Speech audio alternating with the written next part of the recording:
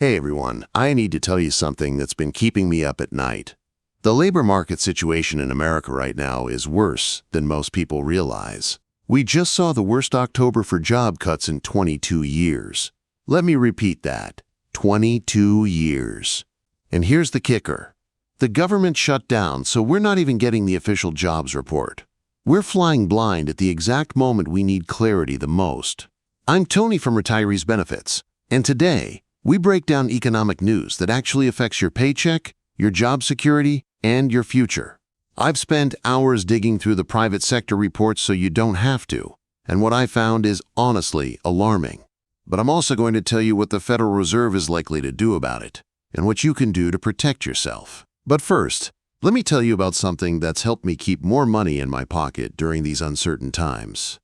Okay, here's where things get really concerning. According to the Challenger report, which tracks job cut announcements from U.S. companies, employers announced 153,074 job cuts in October alone. That's up 175% compared to October of last year. The previous month had 54,000 job cuts. This month, 153,000. That's nearly triple. But it gets worse. For the first 10 months of 2025, employers have announced nearly 2 million job cuts. That's a 65% increase compared to the same period last year. And here's something that should really worry you.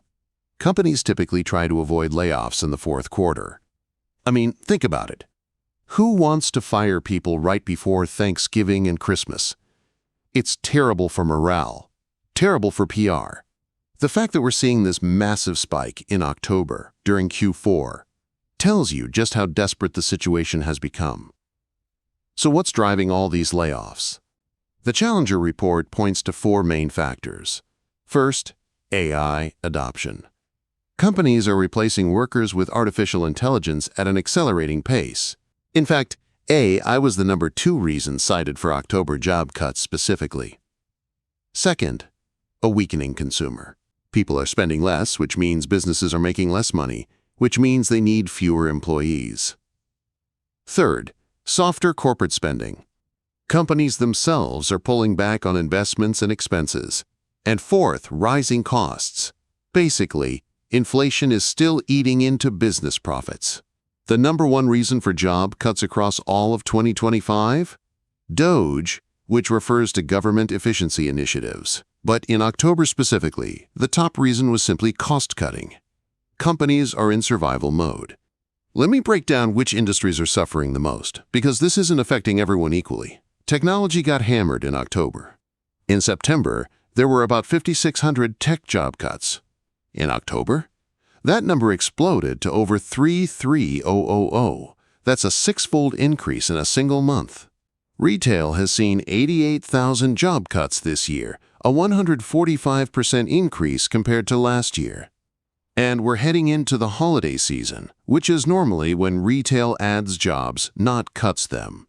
Warehousing has been absolutely devastated, with over 90,000 job cuts this year. That's a 378% year-over-year increase.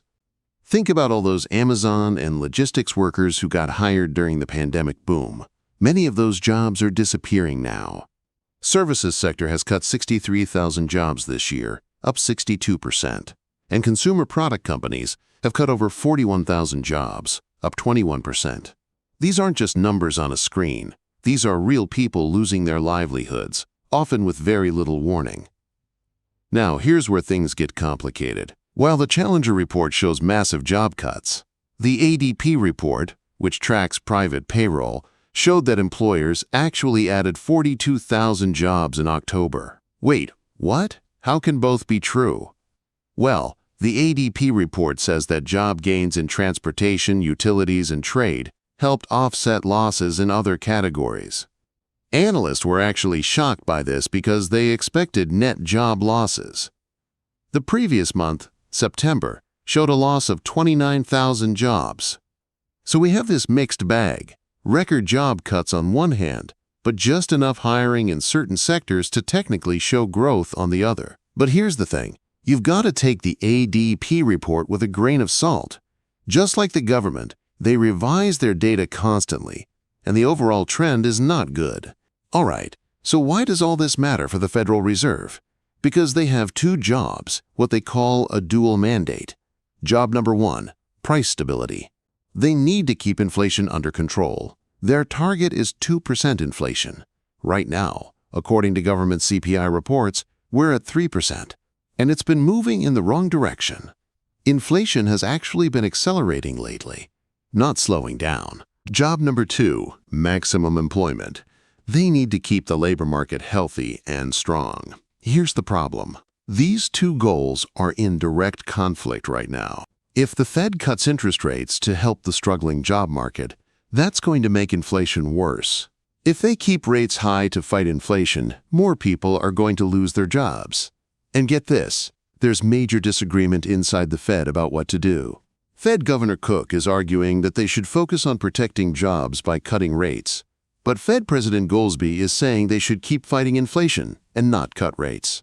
Even Jay Powell, the chairman of the Fed, gave what I can only describe as a complete non-answer when reporters asked him what they're planning. He basically said we're going to be data dependent, and when it's foggy, you might want to slow down. That's not leadership. That's dodging the question. So here's what the market thinks.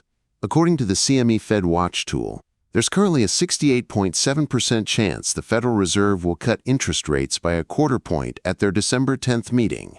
There's a 31.3% chance they'll leave rates unchanged.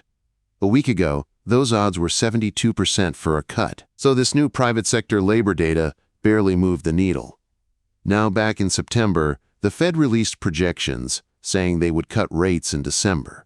And they did cut in October like they said they would. But Powell made it very clear, nothing is guaranteed. They're watching the data, and with the government shutdown, they don't even have the official jobs report to rely on. My take? I think they're more likely than not to cut rates in December by that quarter point. The labor market data is too concerning to ignore, even if inflation hasn't hit their target. But it's definitely not a sure thing. Here's what really frustrates me. The Federal Reserve has failed on both parts of their mandate. Inflation is still at 3%, well above their 2% target. And the labor market is clearly weakening, with nearly 2 million job cuts this year. Remember earlier this year when the government jobs report showed we were adding over 100,000 jobs per month? Now we're in the tens of thousands range, and job cuts are spiking. The trend is going in the wrong direction on both fronts. This is what happens when policymakers wait too long to act. They kept rates too low for too long, which helped create the inflation problem. Then they hiked rates aggressively, which is now crushing the job market. And now they're stuck between a rock and a hard place. Okay, before you start panic buying canned goods, let me give you some context. Yes, the situation is bad. Yes, job cuts are accelerating. But we're not in a free fall. At least not yet. The ADP report, despite its flaws, did show some job growth. That means companies are still hiring in certain sectors. If you're in transportation, utilities, or trade, there are actually opportunities right now. The Federal Reserve has tools at their disposal. They can cut rates. The government can implement support programs. We've been through economic downturns before, and we've recovered. And here's something important. Awareness is power. The fact that you're watching this video means you're already ahead of most people.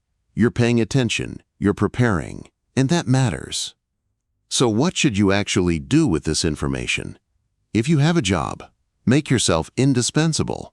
Take on important projects, develop new skills, be the person your company can't afford to lose. I know that's stressful, but it's reality right now.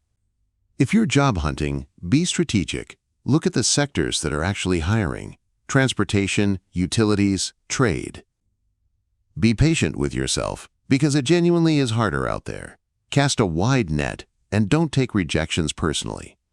For everyone, build your emergency fund if you possibly can. Even an extra $200 or $500 saved can make a huge difference. Cut unnecessary expenses.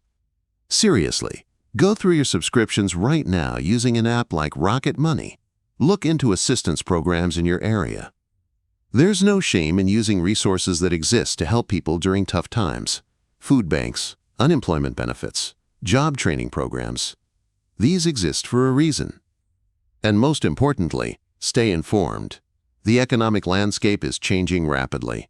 Subscribe to this channel so you get updates when major developments happen. I'm watching this situation closely and I'll keep you posted. Look, I'm not going to lie to you. The labor market situation is concerning. We're seeing job cuts at levels we haven't seen in over 2 decades. The Fed is caught between fighting inflation and protecting jobs. And we don't even have reliable government data right now because of the shutdown. But here's what I know. People are resilient. Workers are adaptable. And when you understand what's happening, you can make better decisions to protect yourself and your family. The Fed meeting is December 10th. We'll find out then what they've decided to do about interest rates. I'll be covering that as soon as it happens, so make sure you're subscribed with notifications on. Drop a comment below and let me know. Are you seeing these job cuts in your industry? Has it gotten harder to find work? I read every comment, and I want to hear what's happening in your corner of the economy. Thanks for watching, and remember, knowledge is power. I'll see you in the next one. Take care.